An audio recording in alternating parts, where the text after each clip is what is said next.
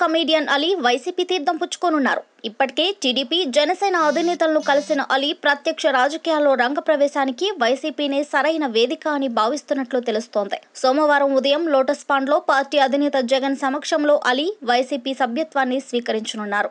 జగన్ నేడు కాకినాడలోని సమర శంఖారావం సభకు వెళ్లాల్సి ఉండడంతో ఉదయమే అలీ పార్టీలో చేరే కార్యక్రమాన్ని ఏర్పాటు చేసినట్లు తెలుస్తోంది. అలీని పార్టీలోకి ఆహ్వానించిన అనంతరం జగన్ కాకినాడ పయనమవుతారు. జగన్ పాదయాత్రలో ఉన్న సమయంలో కూడా అలీ స్వయంగా వెళ్లి ఆయనను పరామర్శించారు. అలీ వైసీపీలో చేరుతున్నాడని అప్పట్లోనే కలకలం రేగినా ఆ తర్వాత వరుసగా చంద్రబాబు, పవన్లను కూడా కలవడంతో వైసీపీలో చేరిక వార్తలకు పెద్దగా బలం చేకూరలేదు.